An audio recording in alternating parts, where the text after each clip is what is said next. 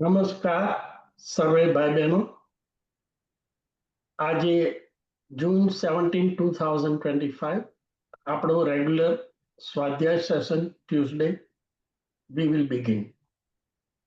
નમો અરિયંતાણમ, નમો સિદ્ધાણમ, નમો આયર્યાણમ, નમો વજ્રાયણમ, નમો લોએ સપ્પ સાવણમ, એસો પંચનમુખારો સપ્પભાવપણાસણો, મંગલાણંચ સપ્પેસીમ પરમમ હવૈ મંગલમ.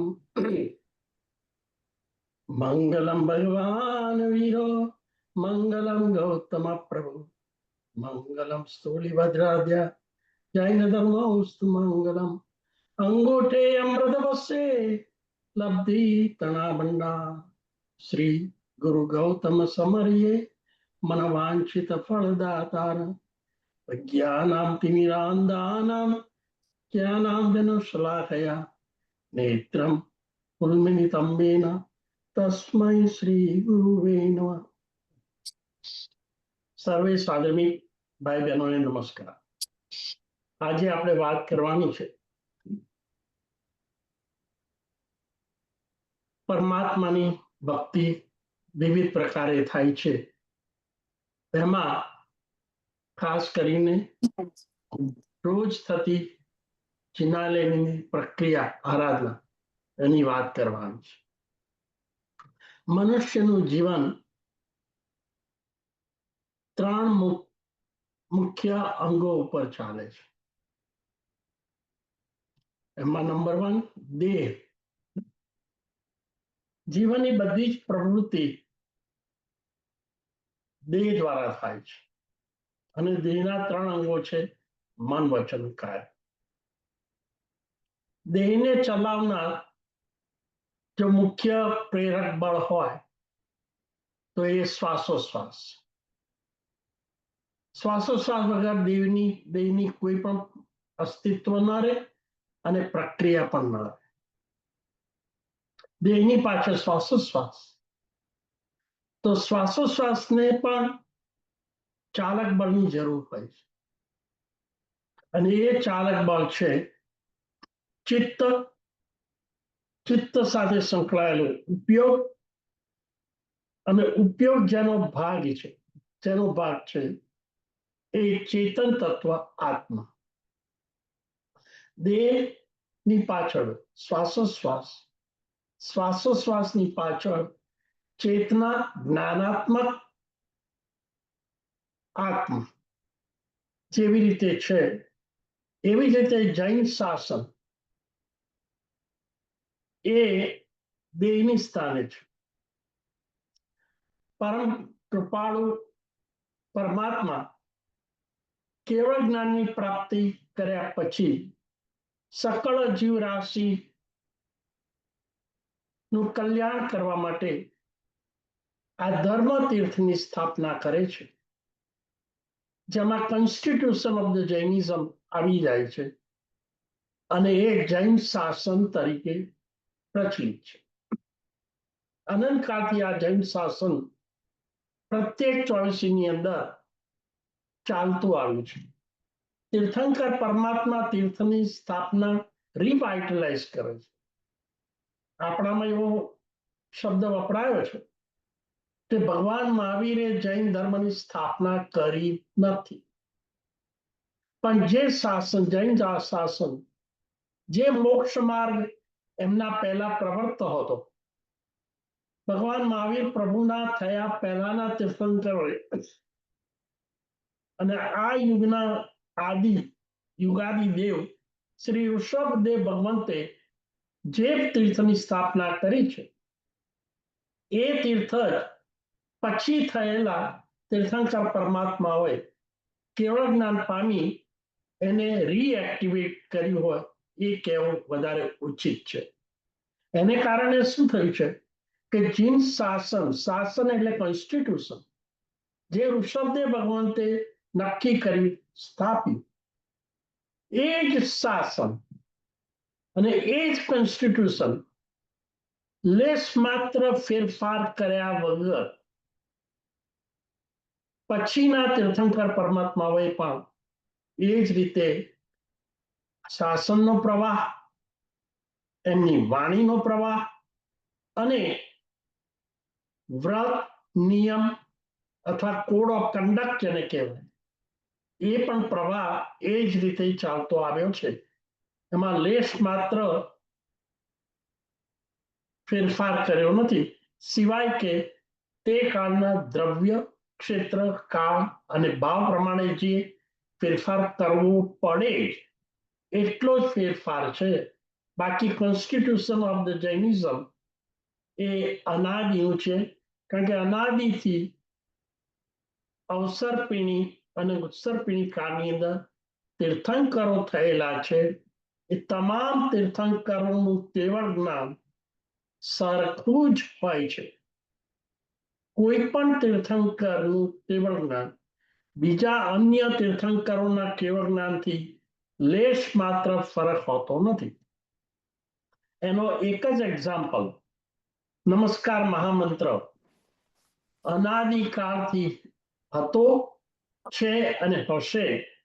એમાં કોઈ પણ તીર્થંકરના નામ વગર પણ જે શાશ્વત પંચ પરમેષ્ઠી છે એ જ શાશ્વત પરમેષ્ઠીની જ એમાં સ્થાપના છે, એમાં કોઈ ફેરફાર થયો નથી. એટલે મનુષ્યનું જીવન દેહ, દેહની પાછળ જેમ શ્વાસોશ્વાસ અને શ્વાસોશ્વાસને ચલાવનાર પ્રેરક બળ, ચાલક બળ જેમ આત્મા છે, એવી જ રીતે જૈન શાસનનો જે દેહ કહેવાય એ કોન્સ્ટિટ્યુશન છે. એની અંદર શ્વાસોશ્વાસ જે છે, દેહની અંદર શ્વાસોશ્વાસ જે ચાલે છે એ વ્યવહાર માર્ગ છે. વિતરાગ પરમાત્માએ સ્થાપેલા ધર્મને મુખ્યત્વે બે ભાગમાં વહેંચી લીધું છે. એક છે વ્યવહારમાં, કેટલાક એને ક્રિયાત્મક માર્ગ પણ કહે છે, જેની અંદર મુખ્યત્વે મન, વચન, કાયા પ્રવૃત્ત થાય છે. એટલે મન, વચન, કાયાની પ્રવૃત્તિ જેની અંદર વધારે એન્ગેજ થાય છે એ વ્યવહાર માર્ગ છે. અને બીજો જે છે એ નિશ્ચય માર્ગ છે. નિશ્ચય માર્ગ એ આત્મ સ્વરૂપ અથવા તો આત્માની સિદ્ધિ અથવા તો મોક્ષ પામવા માટેની જે સૂક્ષ્મમાં સૂક્ષ્મ આરાધના જોઈએ એ નિશ્ચય માર્ગની અંદર વણાયેલી છે. જેમ કે ધ્યાન, ચિત્તની એકાગ્રતા, એનું નામ ધ્યાન. ધ્યાનથી સમતા એટલે આત્મ સ્વરૂપ, શુદ્ધ આત્મ સ્વરૂપ અને પરમાત્મા સ્વરૂપનું ચિંતન, મનન, ભાવન, પરિણમન કરી શુદ્ધ આત્મ સ્વરૂપને પ્રગટ કરવા માટે જે સાધન જોયું, જે ચિત્તની શુદ્ધતા જોઈ, જે ચિત્તની એકાગ્રતા જોઈ અને ચિત્તની પાછળ ઉપયોગ જે આત્માનો અંશ છે, ઉપયોગ દ્વારા ચિત્ત આત્માને સાથે જોડાય છે, જેને યોગ કહેવામાં આવે છે. ટૂંકમાં બે માર્ગ બતાવ્યા ધર્મના, વ્યવહારમાં જે ક્રિયાત્મક માર્ગ છે અને નિશ્ચય માર્ગ જેની અંદર લક્ષ્ય શુદ્ધિ, મોક્ષની શુદ્ધિ, આત્માની શુદ્ધિ અને મોક્ષની પ્રાપ્તિ. લક્ષ્યની શુદ્ધિ એટલે જે ક્રિયા થાય એ લક્ષ્ય સામે, લક્ષ્ય સાથે અને લક્ષ્ય માટે એ નિશ્ચય માર્ગ. જ્યારે જ્યારે કોઈ પણ ક્રિયા વ્યવહાર માર્ગમાં થતી હોય એ ક્રિયા માર્ગનું લક્ષ્ય શું? તો નિશ્ચય માર્ગની અંદર જવા માટે. કોઈ પ્રશ્ન એમ કહે કે આવા બે માર્ગ કરવાની જરૂર શી છે? એકલો જ્ઞાન, ધ્યાન, ક્ષમતા અને ઉપયોગ અને આત્મશુદ્ધિ એ જ મોક્ષ માર્ગનું ડેસ્ટિનેશન છે ને, તો ધર્મ ક્રિયા અથવા તો વ્યવહાર માર્ગની શા માટે જરૂર છે? આ પ્રશ્ન રહે છે.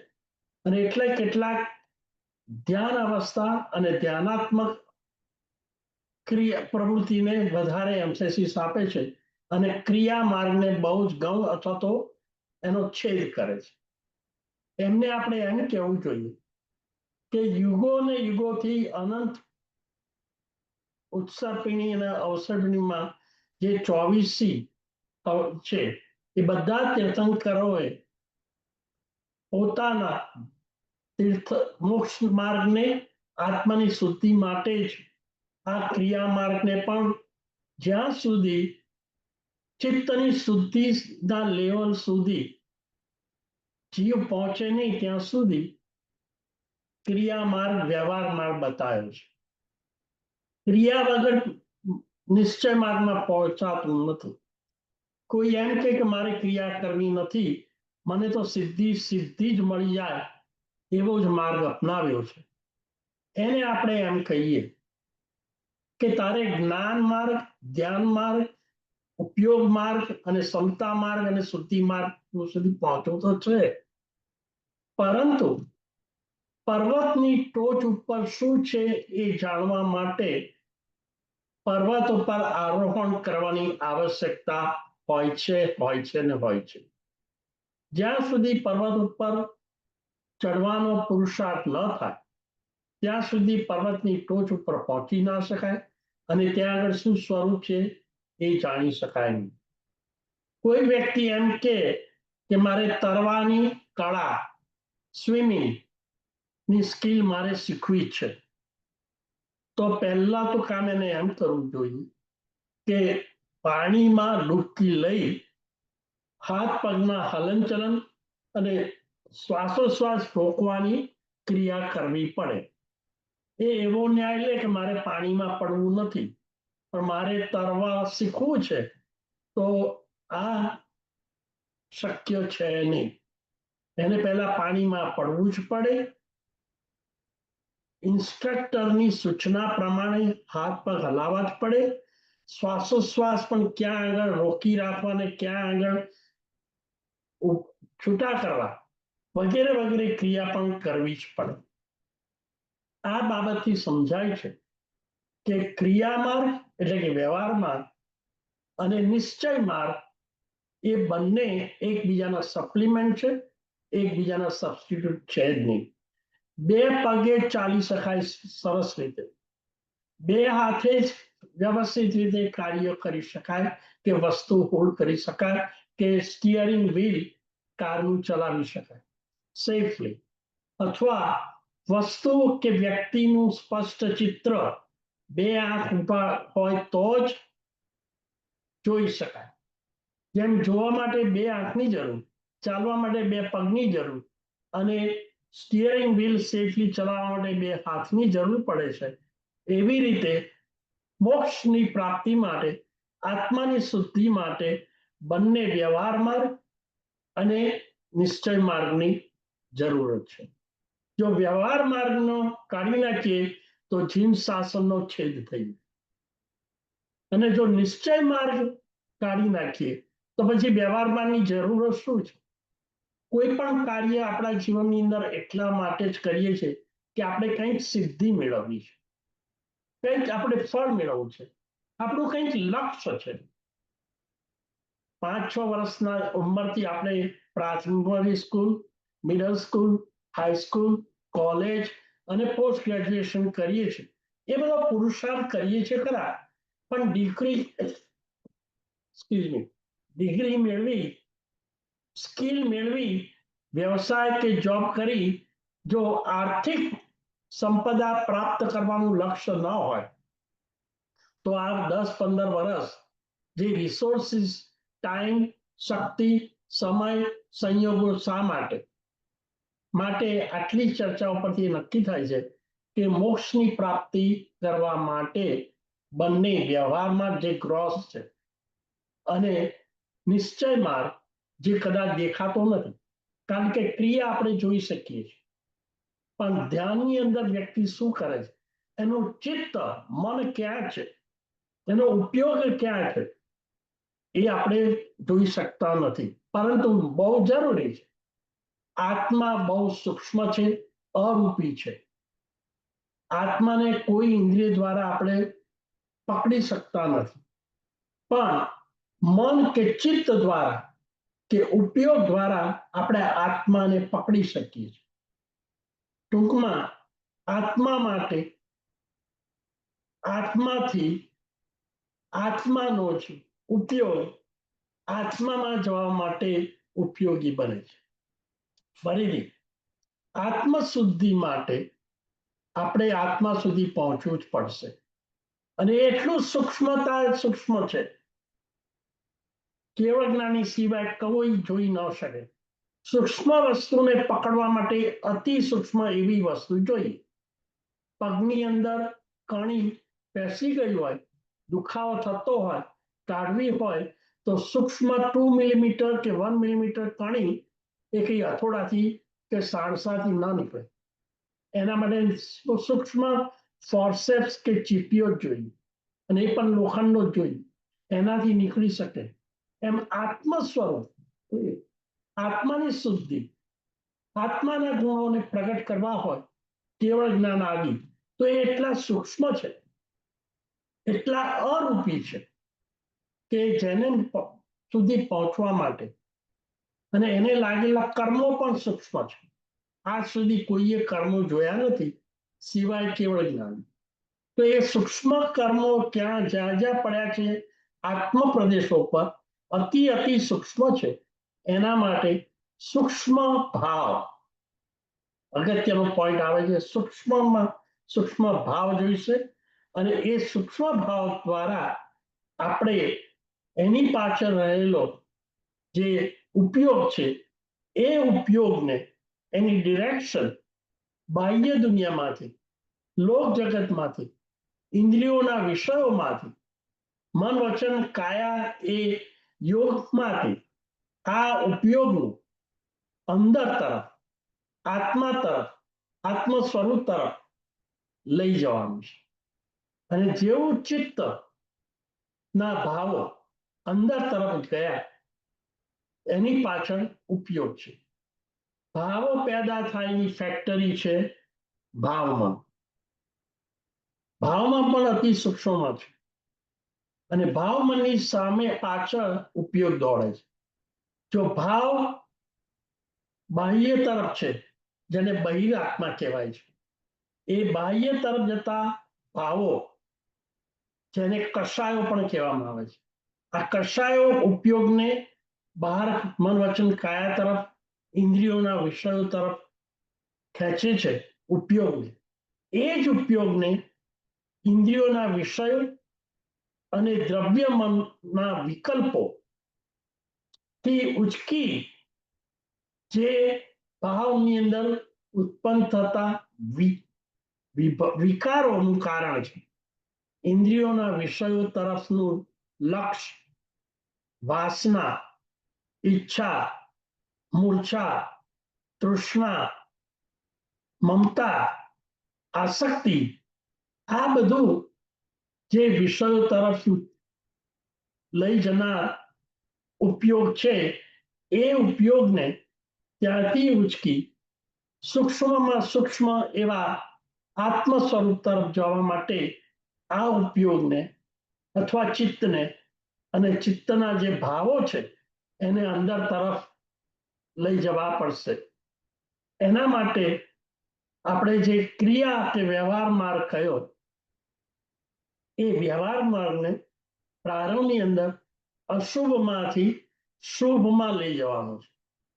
અશુભમાંથી ઉપયોગને શુભમાં લઈ જઈએ, અને ત્યાર પછી શુભમાં ગયેલો ઉપયોગ એને શુદ્ધ તરફ, આત્માની શુદ્ધ દશા પ્રાઇમ જે છે, આત્માનું જે બેઝિકલી શુદ્ધ સ્વરૂપ છે, અને બહારથી આવેલા કર્મોથી જે મલિનતા આવેલી છે, એ કર્મોને આત્મ પ્રદેશો પરથી ખસેડવા માટે, દૂર કરવા માટે, રિપ્લેસ કરવા માટે, નિકંદન કરવા માટે, નિર્જરા કરવા માટે, ઉપયોગને આત્માની અંદર લઈ જવા માટે નિશ્ચય માર્ગનું નિર્દેશ કરવામાં આવ્યો છે.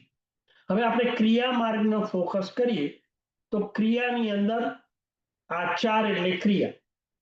5 પ્રકારના આચાર પૂર્વાચાર્યોએ અને શ્રી જીનેશ્વર ભગવંતે આગમની અંદર બતાવ્યા છે.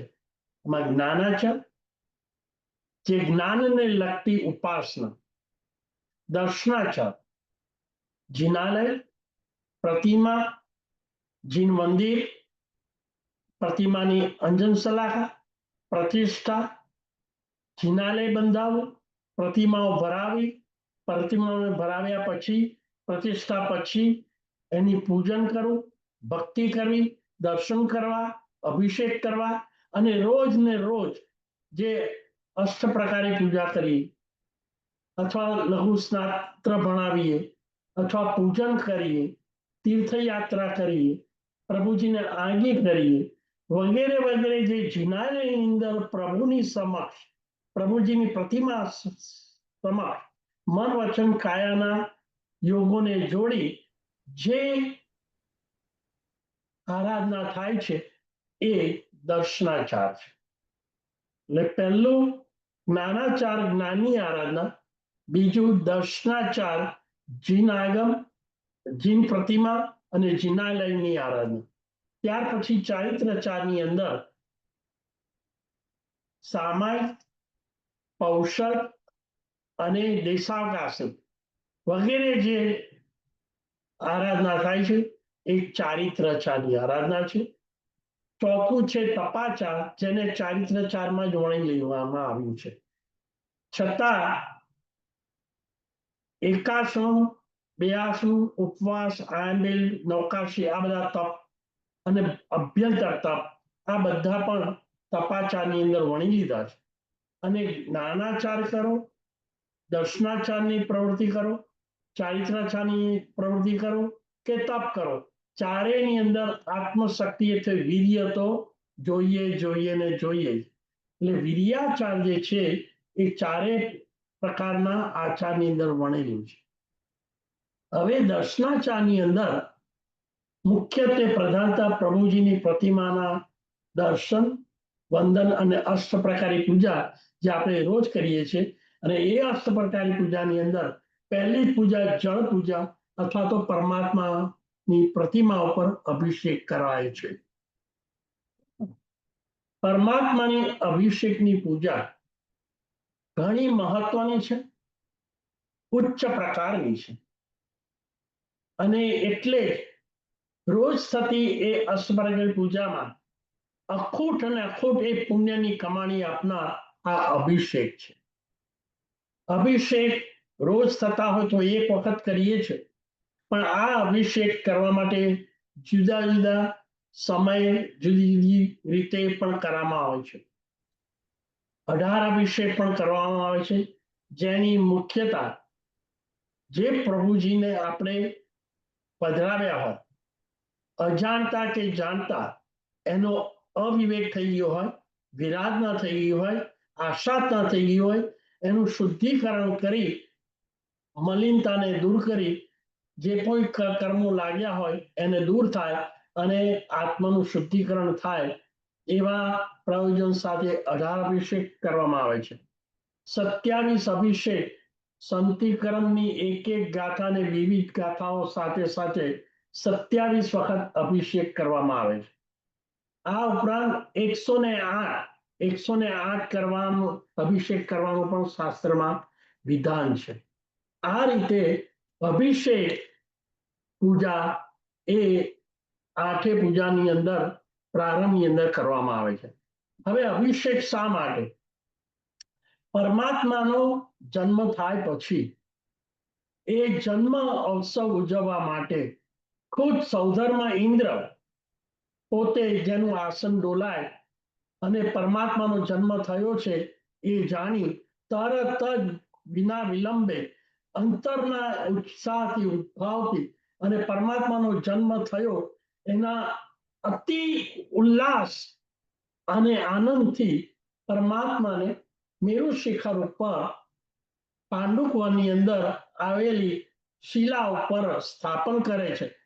અચ્યુત ઇન્દ્ર એનો અભિષેક કરવા માટે ત્યાં પધારે છે અને બધા જ દેવલોકની અંદર વૈમાનિક દેવલોક, જ્યોતિષ દેવલોક, પવનપતિ દેવલોક અને વ્યંતર દેવલો અને દેવીઓ એમના પરિવાર સાથે દીપકુમારિકાઓ સાથે પરમાત્માનો અભિષેક કરવા માટે કરોડોના કરોડો દેવતાઓ ત્યાં આગળ આવે છે અને પરમાત્માનો અભિષેક ત્યાં આગળ ખૂબ જ ઉત્સાહથી કરે છે. હવે પ્રશ્ન એ થાય કે અભિષેક માટે તીર્થંકર પરમાત્માનો પસંદ કેમ કરે? શા માટે તીર્થંકરની ભક્તિ કરવી જોઈએ?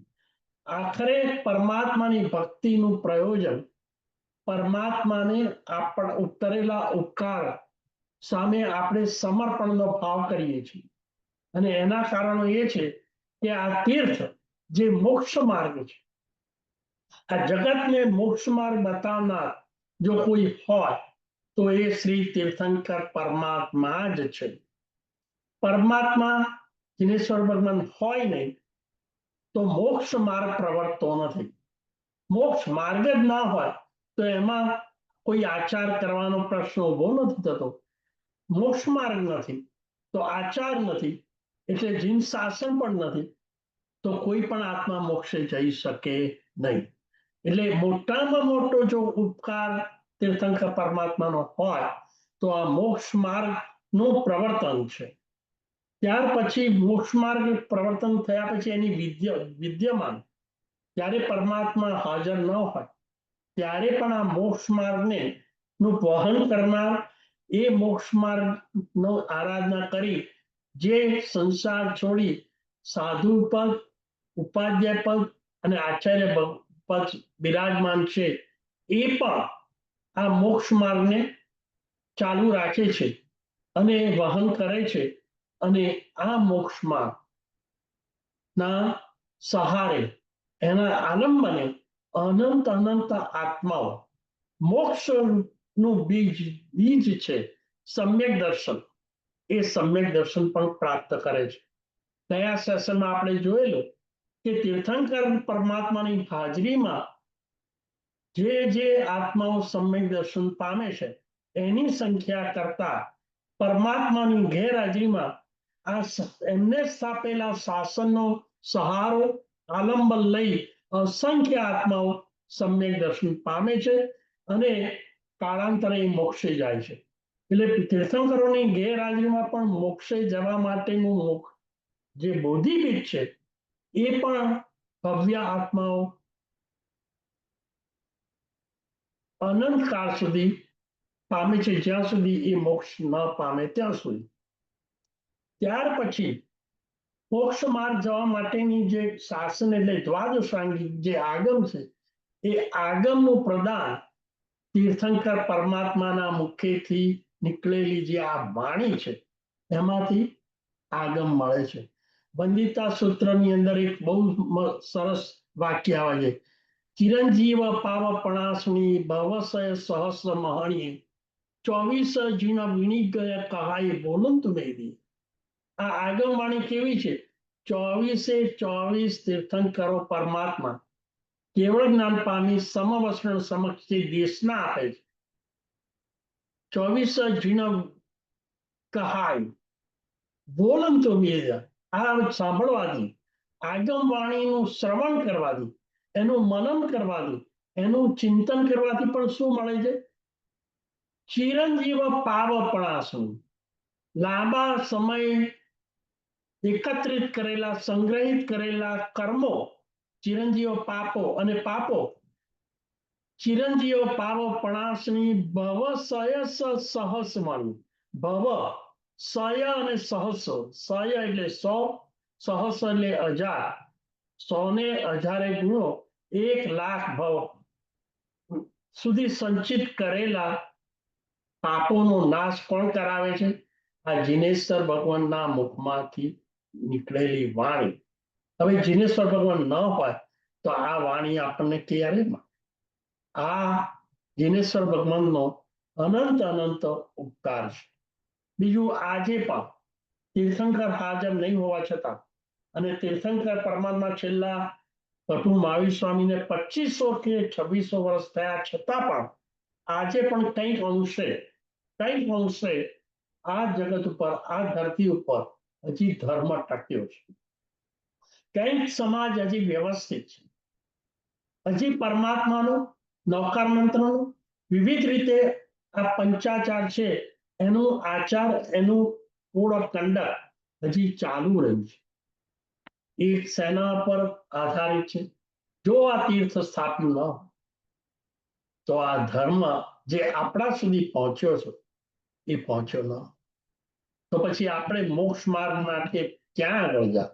દળ દળ ભટકતા આપણા જીવ 84માં ફેરામાંથી મુક્ત થવા માટે આ જે માર્ગ આપણને મળ્યો, આ શાસન મળ્યું, આ તીર્થંકર પરમાત્મા મળ્યા, એમનું દર્શન, વંદન, પૂજન કરવાનું, એનું રેપ્રેઝન્ટેશન કરનાર પરમાત્માની જે પ્રતિમા આપણને મળી, અને ખ્યાલ રહે આ 5મા આરાનો અંત આવશે ત્યારે જે 4 વ્યક્તિ હતી એ પણ લુપ્ત થઈ જશે.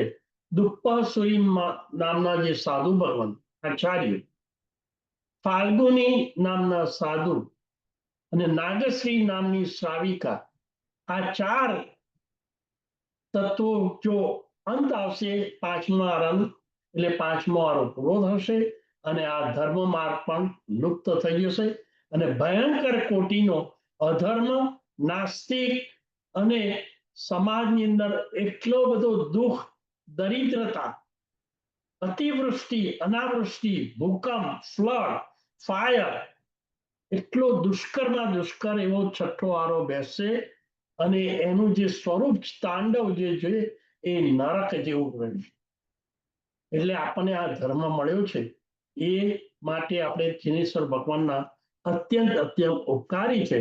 માટે આ શાસનની અંદર એ પરમાત્માનું આપણે કૃતજ્ઞતા ભક્તિ સ્વરૂપે ઉપકારિતાનો ભાવ આપણે પ્રગટાવીએ છીએ, જેનાથી અનંત અનંત પુણ્ય બાંધીએ છીએ. હવે પ્રશ્ન એવો બધા કે અભિષેક પરમાત્માનો પ્રણિધાન પૂર્વક શાસ્ત્રમાં જે રીતે બતાવ્યું છે એ ભાવપૂર્વક કરવાથી આપણને, અને પછી કયા કયા ભાવો આપણે કરવાના એની વાત આપણે આગળ કરીએ છીએ. પણ પરમાત્માનો આ જન્મ કલ્યાણ જે દેવો કરે છે અને આપણે શ્રાવકો પણ જીન મંદિરમાં જઈને જીન પ્રતિમાની અંદર પરમાત્માનું દર્શન માની, જોઈ, કલ્પના કરી વિવિધ રીતે અભિષેક કરીએ છીએ, એનું ફળ શું આ પણ શાસ્ત્રકારોએ બતાવ્યું છે. અને એ ફળ જો જોવું હોય તો ઉત્કૃષ્ટમાં ઉત્કૃષ્ટ ફળ કેવી રીતે કયું મળી શકે એ આપણને પાર્શ્વનાથ ભગવાન કે કયા માધ્યમથી, કઈ એવી ભક્તિથી, કયા અનુષ્ઠાનથી, કયા આચારથી પાર્શ્વકુમાર તરીકે જન્મલી પાર્શ્વનાથ ભગવાન બને, એના ઉપરથી આ પરફેક્ટ એક્ઝામ્પલ છે કે જેથી પરમાત્માનો અભિષેક કરવાથી શું શું પામી શકાય. મરુભૂતિ એ પરમાત્મા પાર્શ્વનાથ ભગવાનનો સમ્યક દર્શન પામતા પહેલો ભાવ. ત્યારથી માંડીને પરમાત્મા પાર્શ્વનાથ ભગવાન બન્યા ત્યાં સુધી મરુભૂતિનો પહેલો ભાવ અને પાર્શ્વનાથ ભગવાનનો એ 10મો ભાવ. બરાબર છે.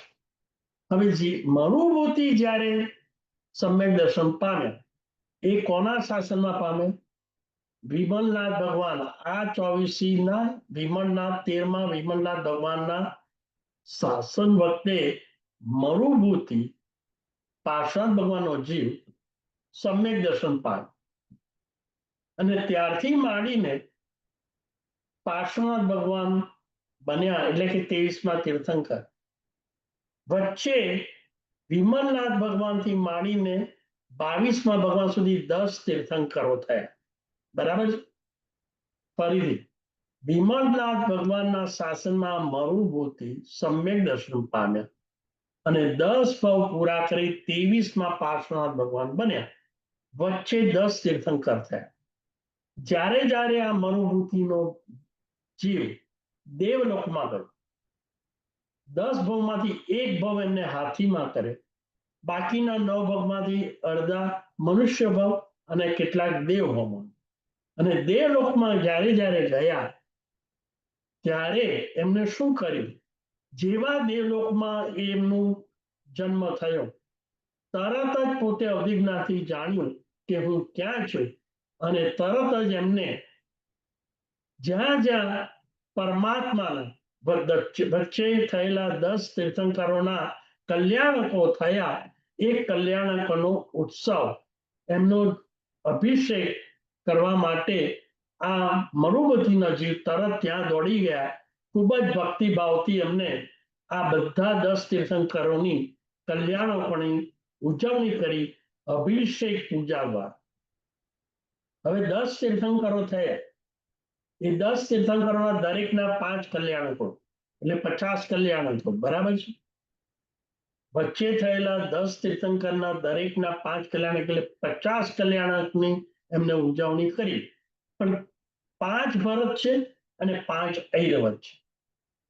એટલે જેમ 10 તીર્થંકરો ભરત ક્ષેત્રમાં થયા અને ભરત 5 છે, એટલે 5 ભરત ક્ષેત્રમાં અને 5 ઐરવત ક્ષેત્રમાં, એટલે 5 ને 5 10 ક્ષેત્રો થયા.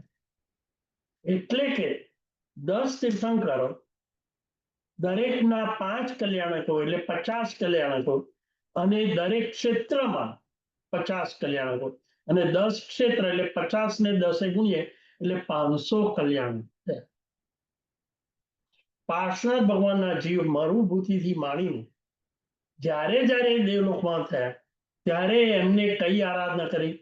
500 કલ્યાણકો નો ઉત્સવ આ પરમાત્માના અભિષેક દ્વારા કર્યો, અને એટલું પ્રચંડ પુણ્ય એમને ઉપાર્જિત કર્યું. અને જે પુણ્યના નામો છે, પ્રકારો છે 42, એમાં સૌથી ઉત્કૃષ્ટ પ્રકારનું પુણ્ય તીર્થંકર નામ કરવું. ટૂંકમાં પાર્શ્વનાથ ભગવાને અભિષેક કરી 500 કલ્યાણકોનો ઉત્સવ ઉજવી એટલું પ્રચંડ પુણ્ય ઉપાર્જિત કર્યું, અને તીર્થંકર નામ કર્મ પણ નિકાચિત કર્યું, અને 23માં પાર્શ્વનાથ ભગવાન બન્યા. આ બતાવે છે કે પરમાત્માનો અભિષેક કરવાથી બીજા બધા ઘણા ફળો છે, પણ તીર્થંકર બનાય અરિહંત પદની એવી આરાધના કરવાથી આ રીતે અભિષેકનું ફળ આપણને પ્રાપ્ત થાય છે. હવે અભિષેક એટલે શું, અને એ કેટલા પ્રમાણમાં કેવી રીતે કરવામાં આવે છે એની વાત કરીએ. તો અભિષેક સૌધર્મ ઇન્દ્ર મેરુ પર્વત ઉપર કરે છે, અને એ અભિષેક કરવા માટે બીજા પણ દેવો બધા જોડાય છે. અભિષેકનો જે કળશ હોય છે, સમજવા જેવો છે. આ અભિષેકનો જે કળશ હોય છે એની સાઈઝ કેટલી? તો 25 યોજન ઊંચો આ કળશ, 12 યોજન પહોળો, અને 1 યોજન નાળચાવાળો આ એક કળશ હોય. 1 યોજન એટલે અત્યારના યોજન પ્રમાણે આપણે ગણીએ 13 કિલોમીટર. તો વિચારો, કલ્પના કરો, 25 યોજનને 13 થી ભાગીએ અને જે ગુણીએ, 25 ને 13 વડે ગુણવાથી જે સંખ્યા આવે એ 12 યોજન પહોળો, એને પણ 13 વડે ગુણી, અને 1 યોજનનું નાળચું, એને પણ 13 કિલોમીટર કરીએ. આ બધાનો ગુણાકાર કરતા કરતા કરતા કેટલો? 6,59,000 અને 100 ઘન કિલોમીટર થાય. વિચારો, એક કળશનું વોલ્યુમ કેટલું. અને એની અંદર જે નવણ જળ ભળાય છે, એ નવણ જળ લાવે છે ક્યાંથી? ક્ષીર સમુદ્ર, પદ્મદ્રહ, મહાગંગા અને મહાસિંધુ અને પદ્મ સરોવર, આ બધા સ્થાનો છે. એ સ્થાનોથી દેવો ક્ષીર સમુદ્રથી આ નવણ જળ, જે દૂધ જેવું હોય છે, એટલે ક્ષીર જેવું હોય છે, એનાથી આ દેવો અભિષેક કરે છે. આપણે જોયું કળશની સાઈઝ જોઈ, કેટલા પ્રકારના કળશ એનો જોઈ લઈએ. 8 પ્રકારના કળશ, સોનાના, રૂપાના, ચાંદીના, રત્નના, સોના અને રત્નના, રૂપાના ચાંદીના અને પ્રબાલના આવા જુદા જુદા જાતિના 8 કળશો અને એવા 8 જાતિના એટલે 8 પ્રકારના કળશો પાછા દરેકના 8 જાતિના એમ કરીને 8,000 નીચા મેળવું 8,000 કળશો દરેકના 8 દરેક જાતિના એમ 64,000 કળશો અને એ 64,000 કળશો કેટલા દેવોની જુદી જુદી પ્રકાર વૈમાનિક પાછા એમના દેવીઓ પછી જ્યોતિષ પછી ભવનપતિ અને પછી વ્યંતર આમ બધા જ દેવો અને દેવીઓનો સરવાળો કરીએ તો 250 થાય છે 64,000 કળશો અને દરેક દેવના 250 ગણીએ 64,000 ને 250 વડે ગુણતા 1,60,00,000 કળશો પ્રમાણ આ જળ નવણનો અભિષેક પરમાત્મા ઉપર થાય છે દરેક કળશ એક એક સરોવર જેટલો કહેવાય અને સરોવરની અંદર જે પાણી સમાય એટલું પાણી એક કળશની અંદર એવા 64,000 કળશો એટલે કે 250 પાછા દેવો 1,60,00,000 કળશ જેટલું નવણ જળ આ તાજા જન્મેલા બાળક ભગવાન ઉપર એનો અભિષેક થાય છે વિચારો પ્રશ્ન એ આપણને થશે કે આટલા બધા નવણ જળથી અભિષેક કરવાનો સૌધર્મ ઇન્દ્રને કેમ વિચાર આવે એનું પણ એક કારણ રહેલું અને બહુ સમજવા જેવું છે આ અભિષેક 1,60,00,000 ઇન્દ્ર મહારાજા કોના માટે કરે છે ભગવાન માટે કરે છે ના અને આટલો બધો અભિષેક એક એક સરોવર જેટલો કળશ 1,60,00,000 શેના માટે થાય છે તેનો જવાબ આ રીતનો છે કે પરમાત્માનો જે દેહ હોય છે અતિ સુંદર અતિ ભવ્ય અતિ સુગંધ એવા એનો સુંદરતા અને ભવ્યતા એનું વર્ણન થઈ શકે એવું નથી એક સ્તવની અંદર પરમાત્માની કાયા કેવી હોય છે એનું વર્ણન આવે છે પ્રથમ જિનેશ્વર પ્રણમીએ જાસ સુગંધી દેખા કલ્પ વૃક્ષ પરે તાસ ઇન્દ્રાણી નયનજી ભૃંગ પરે લપટા પર એમનો દેહ એટલો અતિ સુંદર હોય છે એમનું રૂપ અદ્ભુત હોય છે બધા જ દેવોના રૂપનો સરવાળો કરીએ બધા જ દેવો અને દેવીના રૂપનો સરવાળો કરીએ તો પણ પરમાત્માના દેહના રૂપની કમ્પેરિઝનમાં ન આવે એવો એમનો દેહ હોય છે અને પાછો બહુ જ પવિત્ર હોય છે કારણ કે આત્માની બહુ જ વિશુદ્ધ પ્રકારનો આ જીવદળ હોય છે અને એને કારણે આ દેહ ઉપરથી પસાર થતા નવણ જળના જે બિંદુઓ હોય છે જે પરમાણુઓ હોય છે એ બધો જળ નીચે મેરુ પર્વતની નીચે મહાગંગા અને મહાસિંધુ એ નદીની અંદર રહેલા પાણીની અંદર આ નવણ જળ જે પવિત્ર સૂક્ષ્મ અને સુંદર પરમાણુઓથી આ નદીઓમાં જાય છે ને ભળી જાય અને આ નદીઓ પાછા વિંધ્યાચલ પર્વતને ભેદી ભરત ક્ષેત્રમાં ઉત્તર અને દક્ષિણ ભારતમાં આવે છે અને દક્ષિણ ભારત જેની અંદર આપણે રહીએ છીએ એમાં આવેલી તમામ અસંખ્ય નદીઓની અંદર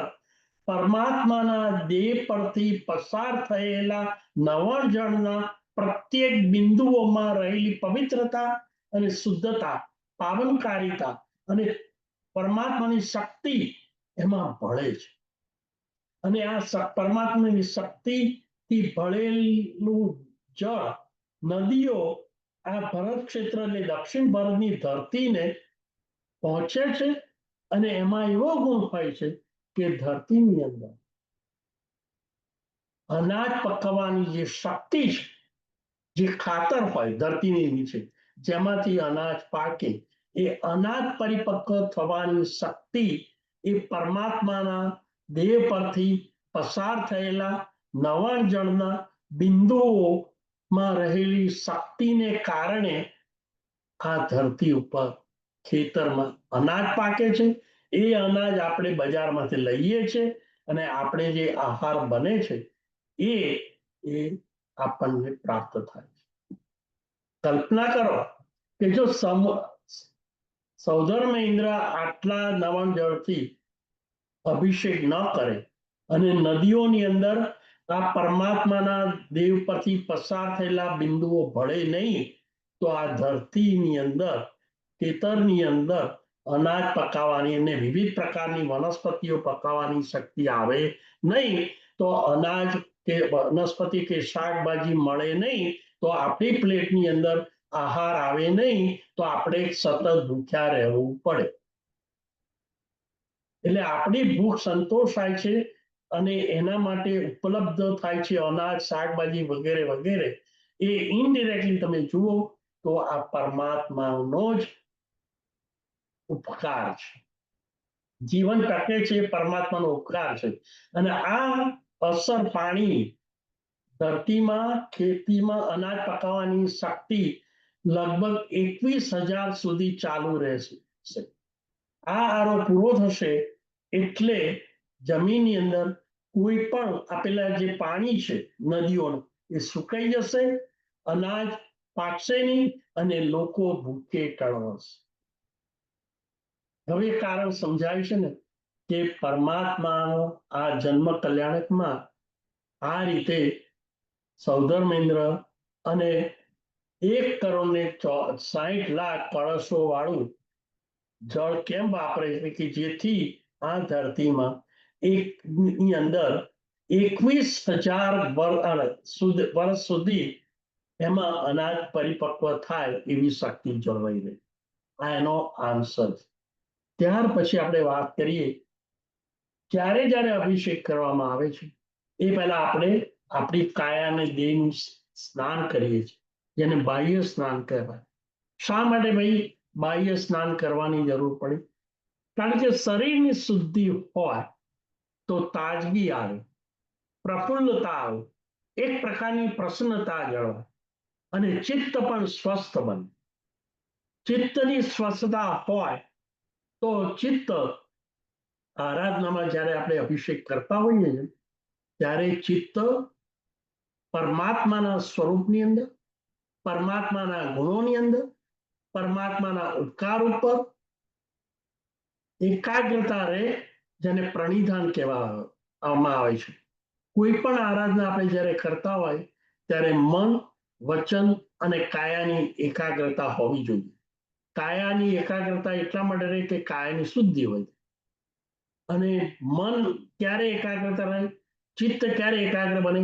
જ્યારે ચિત્ત ડામાડોળ ન હોય, અસ્વસ્થ ન હોય, ચિંતાગ્રસ્ત ન હોય, હાય હોય ન હોય, સંકલેશ રહિત હોય, ત્યારે ચિત્તની એકાગ્રતા થાય. એટલે શરીરની શુદ્ધિથી ચિત્તની સ્વસ્થતા થાય. ચિત્તની સ્વસ્થતા થાય તો શુભ ધ્યાન થાય. શુભ ધ્યાન થાય તો આત્મ સ્વરૂપમાં લીન બનાય. આત્મ સ્વરૂપમાં લીન બનીએ તો પરમાત્મા તત્વ સાથે, પરમાત્માના ગુણો સાથે આપણે ચિત્ત દ્વારા જોડાઈએ, તન્મય બનીએ અને તન્મય બનતા તદ્રુપ બનીએ. આમ ચિત્તની એકાગ્રતા, સ્થિરતા, લીનતા અને તદ્રુપતા અને એની પાછળ ચિત્તની પાછળ આપણે ઉપયોગ જોડાય તો એ વખતે આપણો જ આત્મા કલ્પનાથી અથવા તો ભાવથી અરિયંત જ બની જાય. એટલી શક્તિ પરમાત્માની આપણા આત્માની અંદર સંક્રમિત થાય છે અને એ શક્તિ પરમાત્મા તત્વમાં રહેલી અનંત શક્તિ આપણા આત્માની અંદર અભિષેક કરતા, આ પ્રણિધાન કરતા અવતરે છે. એટલે આપણો આત્મા અરિયંત જ બની જાય છે. હવે આપણો જ આત્મા અરિયંત બન્યો હોય તો ફરક એટલો છે કે પરમાત્મા તત્વ પરમ શુદ્ધ છે આપણો આત્મા કર્મોની ખપટો ને કર્મ કલંકોથી ભરાયેલો છે, પણ આપણે અભિષેક કરીએ છીએ. જે અભિષેક કરીએ છીએ એ કલ્પનાથી, આ સૂક્ષ્મ ભાવથી, શુદ્ધ ભાવથી, શુભ ભાવથી, જેની અંદર જુદા જુદા ભાવો ઉભા કરવાના છે, એ વાત હું પછી કરું છું. પણ એવા ભાવોથી, સૂક્ષ્મ ભાવોથી આત્મ પ્રદેશોની અંદર રહેલા આ કર્મના થર આ નવણ જળથી દૂર થાય છે.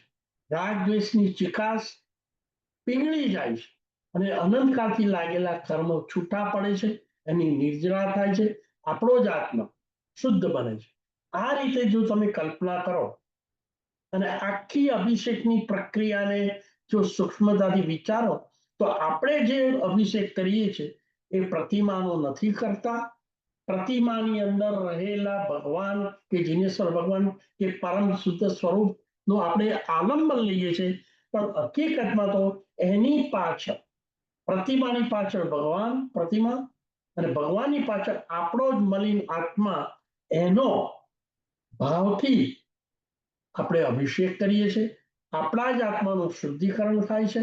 અનંત અનંત પુણ્યના દળિયા એ વખતે પેદા થાય છે અને આપણે આ રીતે અભિષેકની પ્રક્રિયાથી અનંત પુણ્યના સ્વામી બનીએ છીએ. અને સાથે સાથે કર્મની નિર્જરા, તીવ્ર પ્રકારના કર્મો મંદ બને છે અને મંદ પ્રકારના કર્મો સેપરેટ થઈ જાય, એની નિર્જરા થાય. આમ અભિષેકની પ્રક્રિયા એટલી શ્રેષ્ઠ છે કે જેથી આપણને પ્રચંડ એવું પુણ્ય, કારણ કે અર્જુન પરમાત્મા પોતે જ હાજર થઈ ગયા અંદર, એવી કલ્પના, એવા ભાવો હોય છે.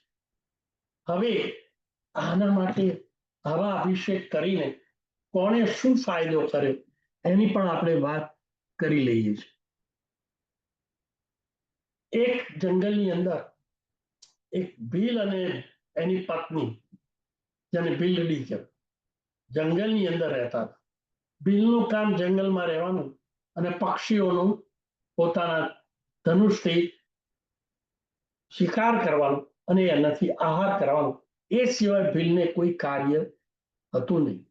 આ ભીલ અને ભીલડી બંને ઝૂંપડીની અંદર, જંગલની અંદર રહેતા હતા. કોઈ એકાદ અવસરે યોગાની યોગ એ જંગલમાંથી એક મુનિરાજ પસાર થતો. મુનિરાજ એટલે એમનું સ્વરૂપ એટલું સરળ, સિમ્પલ, પણ એમનું ચહેરો કેટલો મુખારવી, મનોહર હતો, પ્રભાવક હોય અને ચિત્ત ચહેરા પર પ્રસન્નતા હોય. એને આ ભીલડીએ આ મુનિરાજને જોયા અને એકાએક એને વિચાર આવ્યો કે આ મુનિરાજ અહીંયા આગળ, મેં આવા ત્યાગી વ્યક્તિ, આવા પ્રભાવશાળી વ્યક્તિને ક્યારેય જોયા નથી. એટલે સહજ રીતે એ મુનિરાજ પાસે જોઈ એમને આ ભીલડીએ માથું નમાવી નમન કર્યું અને બે હાથ જોડીને એ ઉભી. મુનિરાજ એટલે સાધુ, એમનો તો આ નિયમ કે કોઈ પણ મનુષ્ય આ રીતે જંગલમાં મળે તો એને બે શબ્દો સારા કહેવા કે જેથી એને લાભ થાય, એનો ઉદ્ધાર થાય અને મોક્ષ માર્ગમાં કે ધર્મ માર્ગમાં આવે. કારણ કે એ તો શિકાર કરી પંચેન્દ્રિય જીવોની હિંસાત્મક પ્રવૃત્તિ ચાલતી હોય તો અનેક અનંત પાપો કરી દુર્ગતિમાં જાય.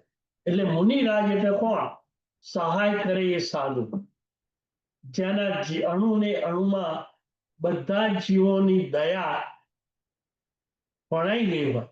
એટલે ભીલડીને એ ઉપદેશ આપ્યો કે જીવનમાં સાદગી રાખી, કોઈ પણ જીવની હિંસા થાય એવી પ્રવૃત્તિ કરવી નહીં. એમાંથી ઘોરાથી ઘોર પાપ બંધાય છે અને આ જીવ દુર્ગતિમાં ફેંકાઈ જાય છે અને ત્યાં અનંત દુઃખની યાતના એને ભોગવવી પડે છે. આ વાત પેલી ભીલડીના કાને અંદર ઉતરી ગઈ અને એને એમ કહ્યું કે આવા પાપો તો હું કેટલાય સમયથી કર્યા કરું છું, તો એનો ઉપાય શું? અને એ ઉપાય રૂપે આ મુનિરાજ કહે છે કે અમે પણ અમારા પણ ઉપકાર કરનાર પરમાત્માની ભક્તિ કરીએ છીએ. એમની જીન આજ્ઞા પ્રમાણે અમે સંસાર છોડી દીધો છે અને અહિંસા ધર્મને અમે પ્રાયોરિટી આપ્યું છે, દયા ધર્મનું. તારે પણ અમારા ઉપર ઉપકાર કરનારા જીનેશ્વર ભગવાન જ છે, તારા પર પણ ઉપકાર કરશે. માટે એ પરમાત્માની તું ભક્તિ કર. અને એમને સાધુ મહારાજાએ આ બિલડીને માટીમાંથી એક પરમાત્માની જીનેશ્વર ભગવાનની એક પ્રતિમા બનાવવાનું એને સૂચના આપી અને ઇન્સ્ટ્રક્શન આપી અને એની ભક્તિ કેવી રીતે કરવી. અને એ ભક્તિમાં પણ નજીકમાં રહેલી નદીમાંથી સ્વચ્છ પાણી લઈ રોજ સારે અભિષેક કરવો અને બાજુના જંગલમાં તો બધા પુષ્પો હોય, એ પુષ્પો લાવી ત્યારે પ્રભુને ભક્તિ કરવી, સમર્પણ કરવું. આ વાત બહુ સરળ અને સિમ્પલ હતી અને બોળી અને સરળ એવી આ ભીલડીએ આ વાતને સહર્ષ સ્વીકારી લીધી. મુનિરાજની સૂચના પ્રમાણે માટીમાંથી એ પ્રતિમા બનાવી એક દેવળ જેવું સ્થાન બનાવી દીધું, સ્વચ્છ કરી દીધું અને નિત્ય નદીમાં પાણીથી સ્નાન કરી અને ત્યાં આગળ ચોખ્ખું પાણી લાવી પ્રભુનો અભિષેક કરે છે. અને અભિષેક કર્યા પછી ખૂબ સુંદર વિવિધ પ્રકારના પુષ્પો ચડાવે છે, પ્રભુની પ્રતિમા સામે બેસે છે, કલાકો સુધી આ પ્રભુનું ધ્યાન કરે છે અને એટલો આનંદ, હર્ષ અને એના રોમાંચ પુલકિત બની જાય છે. આ એનો નિત્ય ક્રમ બની ગયો અને પોતાને એવું ધન ભાગ્ય માનવું. હું ભાગ્યશાળી છું કે મને પણ પરમાત્મા બની ગયા, મારું જીવન પાવન થઈ ગયું આ ધરતી ઉપર. નહીતર મને આ જંગલમાં પરમાત્મા ક્યાં મળવાના છે. પણ એ મુનિરાજનો જે ઉપકાર ગણો એ ઉપકાર, અને મને પ્રભુ મળી ગયા અને એના હૃદયની અંદર પરમાત્મા પ્રત્યે એટલી પ્રીતિ અને એટલી ભક્તિ કરવા માંડી નિત્ય. પરંતુ જે ભીલ હતું એ ભીલને આ ક્રિયા ગમતી કે તું વળી આ વાયડી ક્યાંથી થઈ, આ તો વાણિયાના ભગવાન છે, તારે વળી ભગવાન બનવાની જરૂર નથી. આ માટીના પૂતળા એ તને શું આપશે શું, એમ કરીને એ પ્રતિમાનો એ અપલાદ કરવા લાગ્યો. એને બિલકુલ ગમ્યું નહીં અને અણગમો કરવા માંડ્યો કે આ બધી ચેષ્ટા તું છોડી દે, આ માટીથી ની પૂજા કરવાથી કઈ કલ્યાણ થાય નહીં. એમ કરતા કરતા સમય વીતી ગયો. બંને આયુષ્ય, ભીલડીનું આયુષ્ય પૂરું થયું અને આવી રૂઢી ભક્તિ કરી એમાં જે પુણ્યને ઉપાદિત કર્યું અભિષેક દ્વારા અને એ દેવલોકમાં અને દેવલોકની અંદર ગયા પછી અવધિજ્ઞાનજી જુએ છે કે અહીંયા દેવલોકમાં એ ક્યાંથી આવી, પોતાનો પૂર્વભાવ જુએ છે અને ખ્યાલ આવે છે કે મુનિરાજે મને જે પ્રતિમા બનાવવાની કહેલી એ પ્રતિમા એમની સૂચના પ્રમાણે બનાવી અને એમની ભક્તિ કરતા કરતા મને આ જે પુણ્ય હતું એ પ્રાપ્ત થયું છે અને પુણ્યના ઉદયે આ દેવલોકનું ફળ મળ્યું છે. એટલે એ ત્યાં આગળ પેલા ભીલને પાસે જાય છે અને એ ભીલને કહે છે કે આપણે પૂર્વભાવમાં તમે મારા પતિ હતા, મેં આ દેવળ બનાવ્યું, પ્રતિમા બનાવી, એની ભક્તિ કરી, પણ તમને આ ન ગમી, તમે આડાઅવળું બધું બોલતા હતા અને હજી તમે અહીંયા આગળ રખડ્યા કરો છો. માટે હું તમને વિનંતી કરું છું કે તમે પણ પરમાત્માની ભક્તિ કરો તો તમારી સદગતિ થશે. આ વખતે પોતાની પૂર્વ ભવની આ જે પત્ની હતી પૂર્વભાવની, એની સૂચના પ્રમાણે એને એ જ પ્રતિમાની ભક્તિ અને અભિષેક કરવાનું ચાલુ કર્યું અને અંતે એ આયુષ્ય પૂર્ણ કરી એ પણ દેવલોક પામે, દેવગતિ પામે. આમ કહી શકાય કે જંગલની અંદર અચાનક મુનિરાજનો સંયોગ, મુનિરાજની વાણી, એમનો બોધ, એમનો ઉપદેશ જેને ચરિતાર્થ કર્યો અને પ્રભુજીની પ્રતિમા બનાવી એનો રોજ નિત્ય અભિષેક પૂજા વડે જે પુણ્ય બાંધ્યું એ એને સ્વર્ગ અપાવી દીધું. આ જ વાત પાર્શ્વનાથ ભગવાન જ્યારે કલિકુંડમાં ધ્યાનસ્થ અવસ્થામાં હોય છે ત્યારે ત્યાં આગળ જે હાથી આવે છે એ હાથી પાર્શ્વનાથ ભગવાનને ધ્યાનસ્થ અવસ્થામાં જુએ છે, એની અંદર તત્કાળે એવું ઇન્ટ્યુઇઝમ થાય છે અને ત્યાં આગળ જે સરોવર હોય છે એ સરોવરનું પાણી સૂંઢ દ્વારા ઉચકી પરમાત્મા જે ધ્યાનસ્થ અવસ્થામાં પાર્શ્વનાથ ભગવાન છે એમનો અભિષેક કરે છે. સરોવરની અંદર જે કમળ છે એ કમળ પાર્શ્વનાથ ભગવાનને ચરણમાં અર્પણ કરે છે અને આ રીતે કરતા કરતા આ દેવ પણ આ હાથી પણ આયુષ્ય પૂર્ણ કરી ભક્તિના પ્રતાપે જે પુણ્ય ઉપાર્જિત કર્યું છે એ પુણ્યના ફળ સ્વરૂપે એ પણ દેવલોક પામે છે. તાત્પર્ય એ છે કે અભિષેક હજી તો આપણે શરૂઆત જ કરી છે. એ અભિષેકના આગળ કયા કયા પરિણામો આવેલા છે, એમાં કયા કયા ભાવો કરવાના છે અને એ ભાવોથી સૂક્ષ્મ ભાવોથી આપણે જ આપણા પ્રતિમાના માધ્યમથી ભગવાનના દર્શન કરી અને ભગવાનને કલ્પના કરી એમની પાછળ રહેલો આપણો આત્મા મલિન આત્માને શુદ્ધ પરમાત્મા સાથે જોડી અને શુભ ભાવોથી પરમાત્મા પ્રત્યે ભક્તિ ભાવ, બહુમાન ભાવ, અહોભાવ પેદા કરી પરમાત્માની શક્તિ આપણા આત્મામાં અવતરે અને એ શક્તિથી આપણે પણ અખૂટ પુણ્ય અને કર્મની નિર્જા કરી શકીએ છીએ. આવું અભિષેકનું અનુષ્ઠાન આપણને પ્રાપ્ત થયું છે આપણા સંઘની અંદર કે ગમે ત્યારે પણ. ખરેખર તો જીવે રોજ અષ્ટ પ્રકારે પૂજા કરી પરમાત્માનો અભિષેક કરવો જોઈએ અને ક્યાં એ જો અવસર ન મળતો હોય તો પણ જ્યારે અનુકૂળતા હોય ત્યારે અભિષેક કરવો. 18 અભિષેકનું પણ વિધાન છે, 27 અભિષેકનું પણ વિધાન છે, 108 અભિષેકનું પણ વિધાન છે. બસ આ અભિષેકના માધ્યમ દ્વારા આપણે પણ અખૂટ પુણ્યના ભાગીદારી બનીએ અને સદગતિને પામી એવું આ અનુપમ આલંબન સેવીએ. આ અભિષેક વિશે મેં ટૂંકમાં વાત કરી છે. જો આવતા સેશનની અંદર બીજો વિષય નહીં લેતા આપણે આના વિશે હજી ડીપમાં અને ઊંડાણમાં શક્ય હોય તો આપણે એની વિચારણા કરીશું. વિતરાગની આજ્ઞા વિરુદ્ધ કંઈ પણ કહેવાયું હોય તો તમારા સૌની સાક્ષીએ મિચ્છામિ દુક્કડમ. હવે પ્રશ્ન માટે ફ્લોર ઉભો છે, ઓપન છે. Kirtibhai અનુમોદના.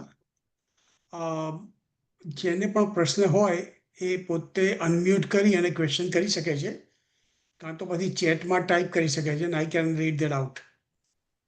Okay, I have a question. Great. કીર્તિભાઈ, લાસ્ટ સ્વાધ્યાયમાં આપણે કહેલું કે આ જે એર ઇન્ડિયાનું પ્લેન પડ્યું એમાં જુદા જુદા માણસો હોય જેમની ઉંમર 60 હોય, કોઈની 40 હોય, કોઈની 3 હોય અને એ બધા ખલાસ થઈ ગયા. તો એ જે સ્પેન હતો એમની ઈયરનો, તે હાઉ ડીડ ઇટ એમનો ખલાસ કેવી રીતે થઈ ગયો? કારણ કે એમના કર્મનું શું? કારણ કે બધાનું આયુષ્ય એક સરખું તો હોય જ નહીં. બરાબર છે? બરાબર. ઓકે, હવે એનું એક્સપ્લેનેશન કઈ ફરી આપેલું, I would like to repeat that. Yeah, okay? I just because right, I would like to know again. Sure. હવે તમે કાચીના દોરડાનું એક ગૂંચળું પીલું જેને કહેવાય ને, દડો લઈ લો. બરાબર છે? કાથીનો મોટો દડો લઈ લો તમે. બરાબર. અને એને તમે ચાપીને દિવાસળીથી સળગાવો તો કેટલો સમય લાગે? લગભગ ચલો કે 5 મિનિટ કે 10 મિનિટ. બસ બરાબર. હવે એ કાચીના દોરડામાં જે તમે વીંટળાયેલો છે ને દડો, એ કાચીના દોરડાની લંબાઈ 1 માઇલ છે. હવે એ 1 માઇલના કાચીના દોરડાને એક છેડાથી તમે સળગાવવાનું શરૂ કરો.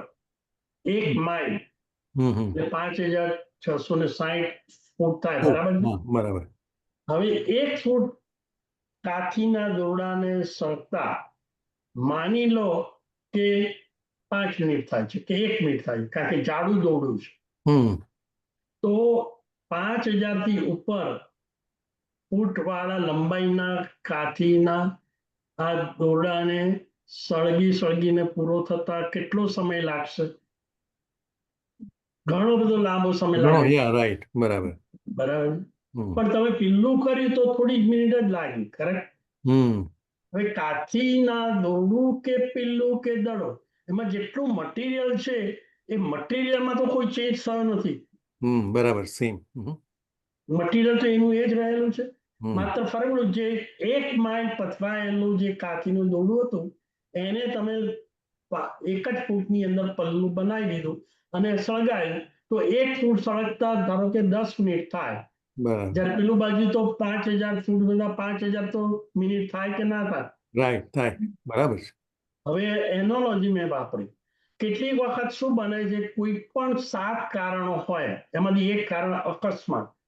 કારણ કે અકસ્માત વખતે જીવને જે આઘાત થાય છે, જે અંદરની વેદના થાય, જે પીડા થાય છે, જે ચીસો પડાય છે, જે સહન શક્તિ ન હોવાથી રાડો પાડે અને જે મેન્ટલ સિચ્યુએશન કે માનસિક પરિસ્થિતિ આખી ઇમ્બેલેન્સ થઈ ગઈ હોય, અસમતોલ હોય, ઘાસમાં કંટ્રોલમાં ના હોય, એ જે આઘાત હોય છે ને, એ આઘાતના બાકી રહેલા જે આયુષ્ય કર્મના જે દળિયા છે ને, એ 1 માઇલ પથરાયેલા હતા 70 વર્ષ કે 80 વર્ષે ભોગવવાના, એને બદલે એ લોકોની જેટલી ઉંમર અત્યારના વર્તમાનમાં જ્યારે અકસ્માત થયો ત્યારે હતી ને, એ થોડીક ક્ષણોની અંદર, અને સમય તો બહુ બારીક છે ભાઈ. એક આપણો આંખનો પલકારો કરીએ ને એમાં અસંખ્ય સમય પસાર થઈ જાય. તો આઘાત થવો અને એ તીવ્ર આઘાતની પીડા અને વેદના અને જે અંદર આર્ત ધ્યાન, જેને આર્ત ધ્યાન કહેવાય, અને એ આર્ત ધ્યાનની પીડા એટલી ભયંકર, એમાં જે ભયંકર બહારનો તો અગ્નિ હતો જ અકસ્માતને કારણે, અંદર આત્માની અંદર આર્ત ધ્યાનનો આઘાતનો જે પીડાનો અગ્નિ હશે ને, એ અગ્નિમાં બાકી રહેલા કર્મો આયુષ્યના પણ બળી ખતમ થઈ, વેસ્ટ નથી થયા. એ અંદર ખાને તો ભોગવ્યા જ છે, પણ બુરી રીતે ભોગવ્યા. અને એ વખતે પરિસ્થિતિ કેવી હશે તમે એ વિચારો કે એવું કહેવાય છે કે છેલ્લી ક્ષણે જે લેસ્યા હોય ને, એ લેસ્યા પ્રમાણે પછીના ભાવમાં જીવ જાય છે. બરાબર. હવે આર્ત ધ્યાન આટલું તીવ્ર પ્રકારનું હોય તો લેસ્યા કેવી હશે, બહુ તીવ્ર. અને એવી લેસ્યામાં જો આયુષ્યનો બંધ પહેલા ના પડ્યો હોય અને આ વખતે પડ્યો તો કઈ ગતિનો પડે? દુર્ગતિ. આપણે બોલવું નથી, પણ તમે મેસેજ સમજી ગયા. એટલે બાકીના જે આયુષ્યના દળિયા હતા ને, એ દળિયા કર્મનો ક્ષય એવી રીતે નથી દેવો, પણ ભોગવાઈ ગયા. કર્મ 2 રીતે ખલાસ થાય, એક તો ભોગવો અથવા તો સાધના દ્વારા, તપશ્ચર્યા દ્વારા નિર્જરા કરી દો, આત્મામાંથી છૂટા પાડી દો, જે વોલેન્ટરી હોય છે. આ ઇનવોલેન્ટરી હોય છે, એટલે કે એને અકામ નિર્જરા કહેવાય. નિર્જરા એટલે સેપરેશન ઓફ ધ કર્મ ફ્રોમ ધ સોલ. હવે જે વિખરાઈ જાય વાતાવરણ, હવે એ ઈચ્છાથી કરીએ તો સકામ નિર્જરા. તો અલ્પ ધર્મમાં પુષ્કળ પ્રમાણમાં નિર્જરા થાય, અલ્પ પુરુષાર્થમાં અથવા એને એવું રીતે કહ્યું રહી જેટલી ધર્મ કરીએ અને પર્વત જેટલી નિર્જરા. અકામ નિર્જરામાં શું છે ખબર છે કે પર્વત જેટલું દુઃખ ભોગવો ત્યારે અલ્પ જેટલું રહી જેટલી નિર્જરા. કારણ કે અકામમાં કોઈ ધર્મનું પ્રયોજન, ધર્મનું અનુષ્ઠાન, ધર્મનો કોઈ પણ પ્રકારનો શુભ ભાવ હોતો નથી. માત્ર પીડા અને પીડા અને પીડા. જે નીચલી કક્ષાના જીવો ઉપર આવે છે, એક ઇન્દ્રિય જીવો, કીડી મકોડા, બરાબર, પતંગિયા, ભમરા, માખી, હવે આ બધા પણ જીવો મનુષ્ય બનશે તો ત્યાં કયો ધર્મ છે? કઈ નહીં, માત્ર પીડાઓ સહન કરો. બરાબર. હવે પીડાને સહન કરતા પણ કર્મની નિર્જરા થાય છે, પણ ઈચ્છા નથી કર્મની, એટલે એને અકામ, કામ એટલે ઈચ્છા, પણ અકામ એટલે ઈચ્છા વગર, એટલે ત્યાં કોઈ ધર્મ નથી. એટલે આપણને આ સમય મળ્યો છે, આ મનુષ્ય ભાવ મળ્યો છે, આ સમજ મળી છે, અને આવો બોલ મળ્યો હોય તો આપણે ધર્મરૂપી માતાના ખોળામાં બેસી જઈએ, અને એના માટેની ફોર્મ્યુલા છે નવકાર મંત્ર. Thank you. Thank you very much. તમારા પ્રશ્નનો જવાબ મળ્યો? મળ્યો પરફેક્ટ. જી. આપનું નામ? યજ્ઞેશ. ઓ યજ્ઞેશભાઈ. યા. કોઈ બીજો પ્રશ્ન? યજ્ઞેશભાઈ, ખૂબ આભાર four joining. Kiritbhai, anybody else? I think બીજા કોઈને ક્વેશ્ચન નથી. આપણે માંગલિક કરીએ અને પછી હું રેકોર્ડિંગ સ્ટોપ કરું. જી. બધા સર્વેનો આ સેશનમાં જોડાવા બદલ ખૂબ ખૂબ આભાર. મારાથી વિતરાગની વિરુદ્ધ કંઈ પણ કહેવાયું હોત આપ સૌની સાક્ષીએ મિચ્છામિ દુક્કડમ. નેક્સ્ટ વીકની વાત કિરીટભાઈ કરશે. નેક્સ્ટ વીક ટ્યુઝડે 14 છે, એટલે આપણે આપણો સ્વાધ્યાય થર્સડે રાખવાનો છે. બરાબર છે? 20મી જૂને, યા, Thursday. Thursday, same time, 8:30. Please make a note. Instead of Tuesday, we are meeting on Thursday. Upasarga ksayamyanti chidyante vignavallaya mana prasannatameti pujyamane jinesware sarvamangala mangalyam sarvakalyana karanam pradhanam sarvadharmanam jainam jayati sasam. Namaskar. Sata Maria.